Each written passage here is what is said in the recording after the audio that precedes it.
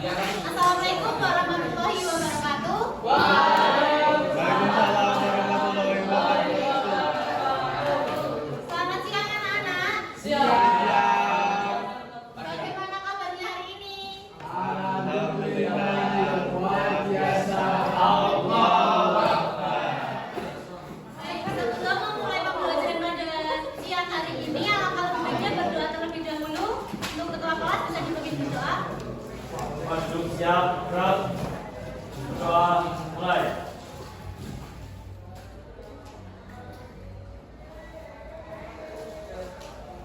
Doa selesai. Pada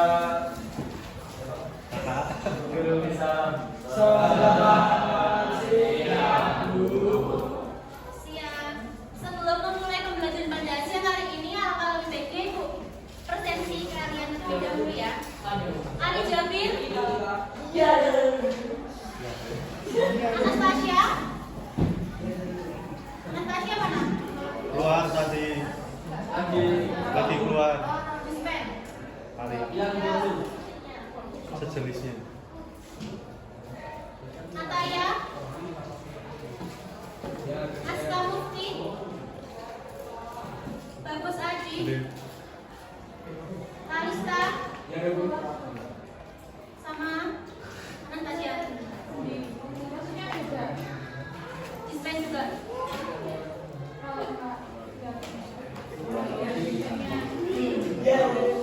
Kamelia Anastasia dan Lele ulang tahun.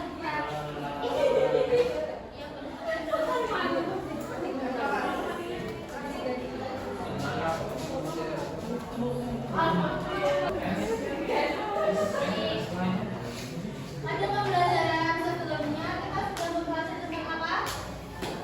Argumentasi.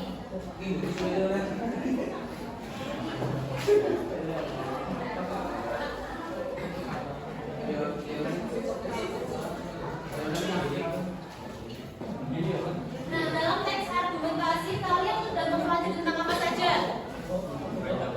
Kaidah kebahasaan. Betul. Apa? Apa lagi? Ya. Apa lagi? Ya, bahasa. Apa lagi? Tabel. Teks argumentasi loh. Yang sudah kalian pelajari apa saja? Tabel.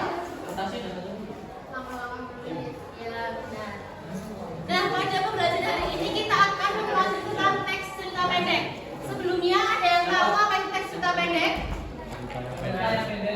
Satu angkat tangan. Yuk kamu. Apa tadi cerita pendek? Apa tadi cerita pendek? Ya, bisa. Yang lain? Ya. Ya, bisa. Ada yang sudah pernah membaca teks cerita pendek? Siapa? Bisa.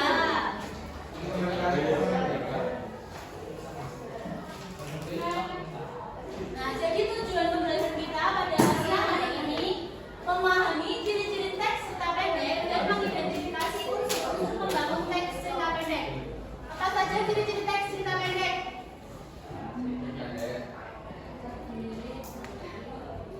Apa? Karakternya terbatas.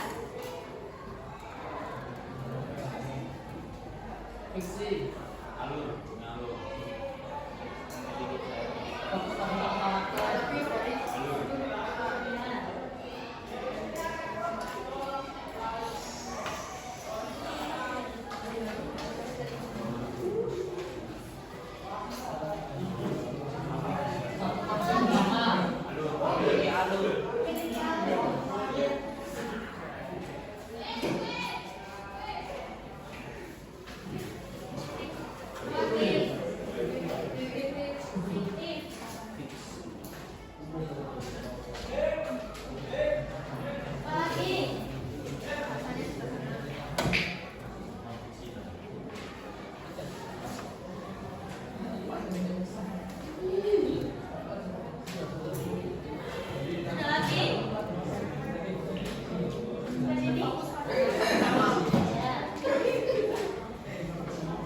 Lagi.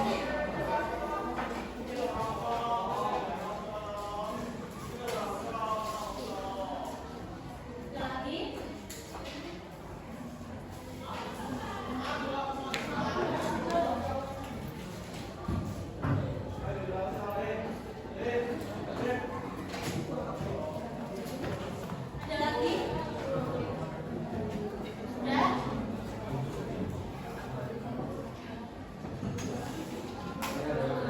Nah, jadi sini udah dari teks kita pendek yang pertama, tidak memerlukan waktu yang lama untuk membaca keseluruhan. Bisa membaca keseluruhan teks atau kita jadinya teks kita pendek itu sekali duduk, paham ya? Tema adalah bagian dari kehidupan sehari-hari. Kemudian, benar ya, tidak lebih dari 10.000 kata. Konflik tunggal hanya timbul satu konflik dari tokoh utamanya. Memiliki alur, benar ya, tadi ada alur maju dan mundur. Watak tokoh sederhana, hanya ada antagonis dan protagonis. Akhir kata dari cerita pendek ini kalau tidak happy ending ya bisa ending. Sudah paham ciri-ciri teks cerita pendek? Sudah? Sekarang tugas kalian menentukan cerpen di bawah udara kedua ini cerpen yang menarik sudah bermain di beberapa awal jadi sekian ya.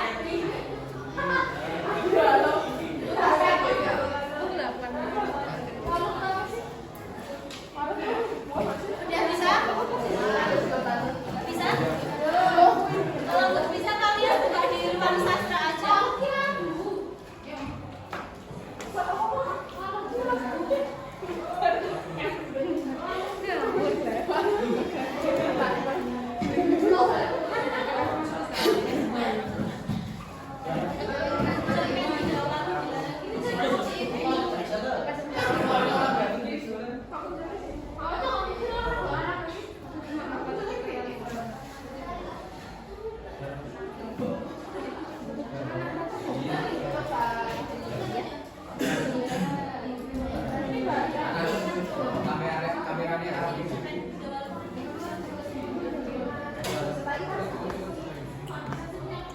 Udah bisa?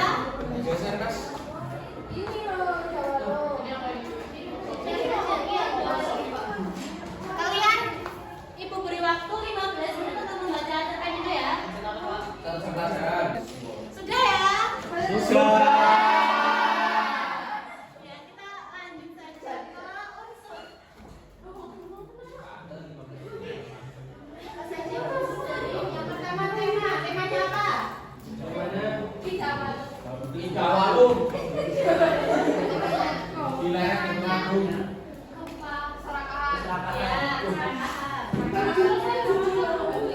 Oh iya. kemudian tokoh dan penokohan. Ngawur.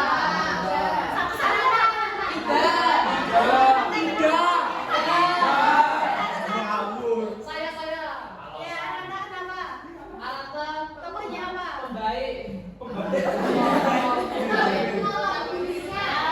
Terus, apa lagi?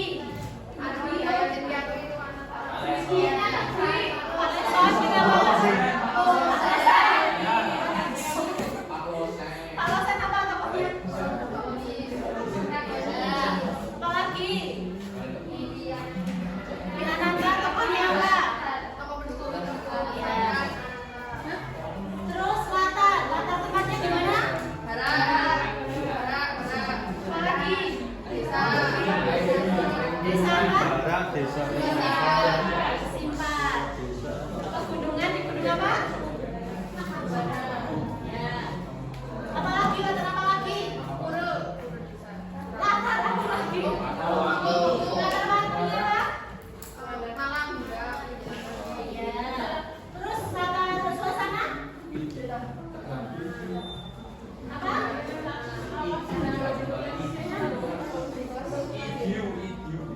Apa itu?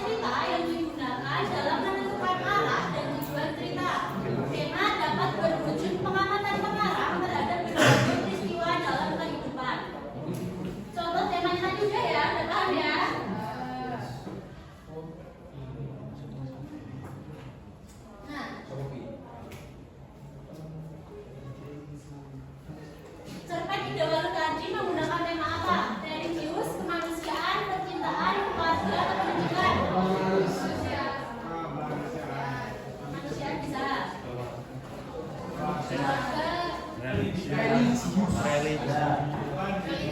juga bisa, kemanusiaan juga bisa. Pendidikan bisa. Tokoh dan penokohan. Tokoh sebagai unsur pembangun cerita dapat dikelompokkan berdasarkan kedudukan dalam cerita, yaitu tokoh utama, penting kedudukannya dalam cerita, dan tokoh tambahan, sampingan, ya, memiliki hubungan dengan tokoh utama. Kemudian penokohan merupakan cara pengarang menggambarkan atau mendeskripsikan watak tokoh-tokoh dalam cerita. Dan paham ya cara menentukan tokoh dan penokohan ya? Kemudian latar ada apa aja? Latar tempat, dan suasana. Sudut pandang merupakan posisi atau kedudukan pengarang atau penulis dalam cerita. Yang pertama, sudut pandang orang pertama menggunakan kata aku. Kemudian sudut pandang orang kedua menggunakan kata kamu atau kau. Kemudian sudut pandang orang ketiga menggunakan kata dia atau nama orang.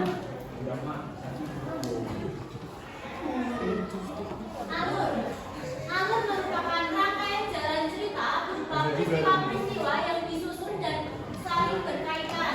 Nah, alur dalam cerita jalan tadi menggunakan alur maju atau mundur? Maju.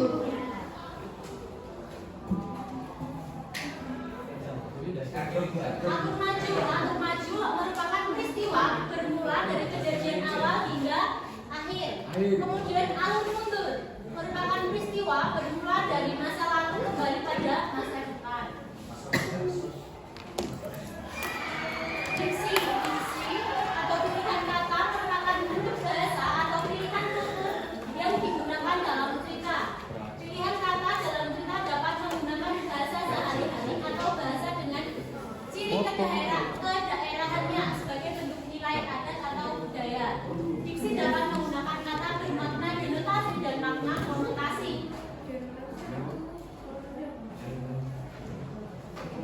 Kemudian yang terakhir amanat. Amanat merupakan pesan yang ingin disampaikan pengarang kepada pembaca. Amanat biasa disampaikan secara implisit. Amanat juga berkaitan erat dengan nilai-nilai kehidupan.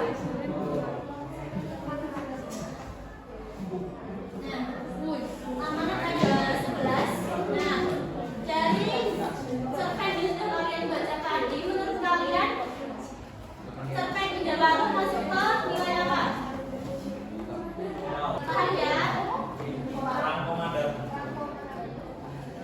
Oh iya ini. Nah, sekarang ibu akan membagi kalian menjadi 9 kelompok. Tidak apa. Berikut ya dari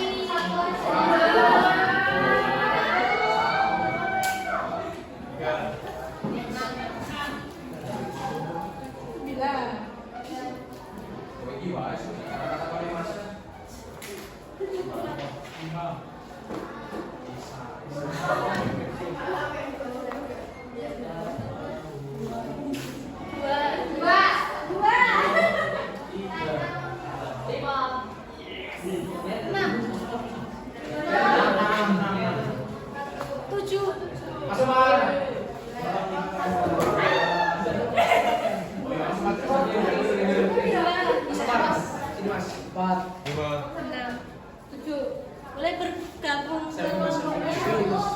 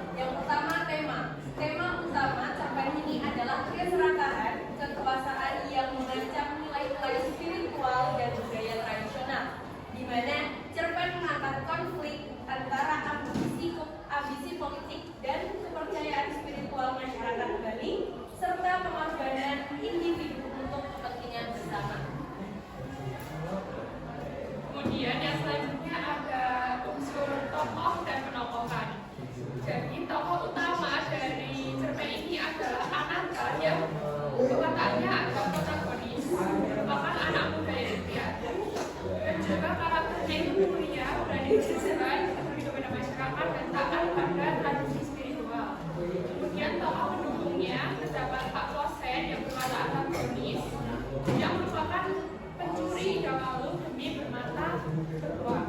Kemudian tokoh selanjutnya ada Bibi Ananta, merupakan tokoh pendukung yang membesarkan Ananta, menjual sembako yang terberat dan bangga pada keponakannya. Kemudian selanjutnya juga ada warga desa Kesimpa, tokoh wajib yang menjadi pengungsi dan sangat bergantung pada Ika Walu. Kemudian yaitu Lana Ramaseti. Yang pertama adalah Rata Kuat. Terdapat di barat sosial Sungai Kapura, yaitu tempat para pengungsi bertemu.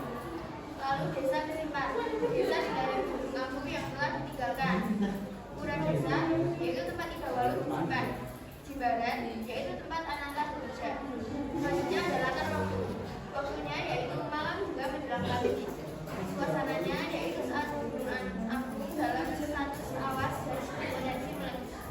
Kemudian latar sosial yaitu masyarakat Bali yang kental dengan kepercayaan situasi bencana alam dan pengungsian, konteks politik lokal, pemilihan kepala daerah. Yang keempat ada alur amplop. Tahapan alur mengenalkan para pengungsi membutuhkan seseorang untuk menjemput Ika Walu. 2. Konflik awal. Ananta berani mengajukan diri meski berbahaya. 3. Maks. Ananta menemukan Pak Losen telah mencuri Ika Walu untuk permata bertuahnya. 4. Pelarian. Warga menyerang pencuri. Losen sekarang menyerahkan permata asli kepada Ananta. 5. Penyelesaian. Ika Walu dikembalikan ke barang. Ketenangan masyarakat pulih. Jenis alur maju kronologis. 5. Sudut pandang. Menggunakan sudut pandang orang ketiga serba tahu. Narator mengetahui pikiran dan perasaan berbagai tokoh, terutama Ananta dan situasi keseluruhan masyarakat. Baik, terima kasih yang dapat kami sampaikan. Mohon maaf bila terdapat kesalahan. Wassalamualaikum warahmatullahi wabarakatuh.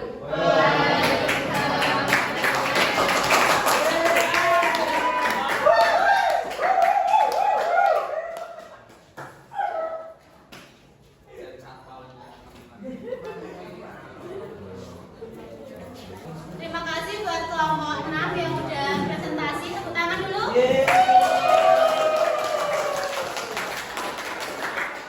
Jadi pada pembelajaran hari ini kita sudah membahas tentang apa? Apa yang kita pelajari? Unsur, ciri-ciri. Sudah paham ya sama jenis teks kita pendek? Baik, karena waktu sudah habis, pembelajaran hari ini ditutup. Kalian boleh kembali ke tempat masing-masing.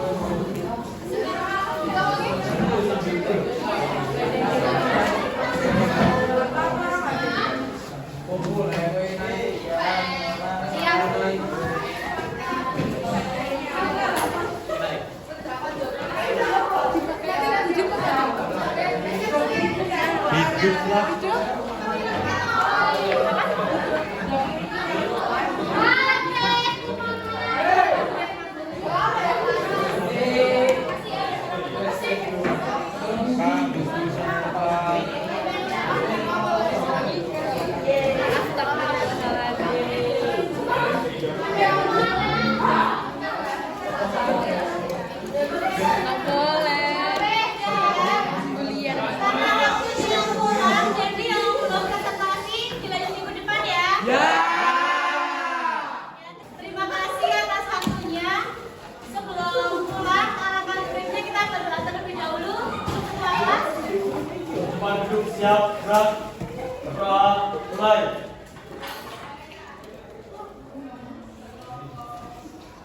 Di berdoa selesai.